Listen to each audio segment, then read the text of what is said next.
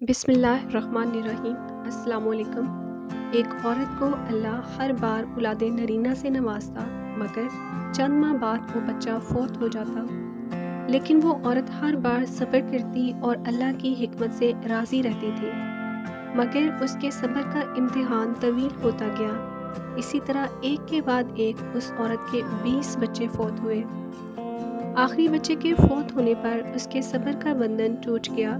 वो आधी रात को जिंदा लाश की तरह उठी और अपने खालिक हकीकी के सामने सर सजदे में रखकर खूब रोई और अपना गम बयान करते हुए कहा, ए कोनो मकां के मालिक, तेरी इस गुनाहगार बंदी से क्या तकसीर हुई कि साल में 9 महीने खूने जिगर देकर इस बच्चे की तकलीफ़ उठाती हूँ, और जब उम्मीद का दरख्त फल लाता है तो सिर्फ चंद माह इसकी बहार देखना नसीब होता है।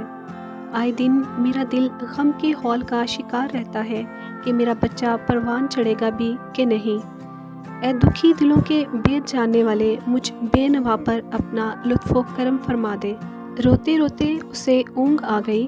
ख्वाब में एक पुरबहार बाग देखा जिसमें वो सैर कर रही थी कि सोने चांदी की ईंटों से बना एक महल नज़र आया जिसके ऊपर उस औरत का नाम लिखा हुआ था। बागात और तजल्लियात देखकर वो औरत खुशी से बेखुद हो गई।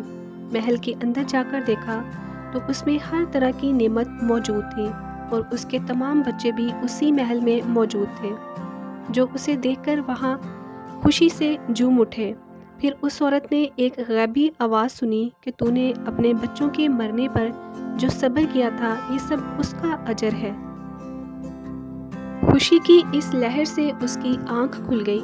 जब वो ख्वाब से बेदार हुई तो इसका सारा मलाल जाता रहा और उसने भीगी हुई आंखों से अर्ज़ किया, या इलाही, अब अगर तू इससे भी ज़्यादा मेरा खून बहा दे तो मैं राज़ी हूँ। अब अगर तू सैकड़ों साल भी मुझे इसी तरह रखे तो मुझे कोई गम नहीं। ये इनामात तो मेरे सब्र से कहीं ज़्यादा हैं। इस कहानी से हमें ये दर्स मिलता है कि इंसान को हर हाल में सब्र का दामन थामे रखना चाहिए, क्योंकि यही चीज़ इंसान को अल्लाह के करीब करती है।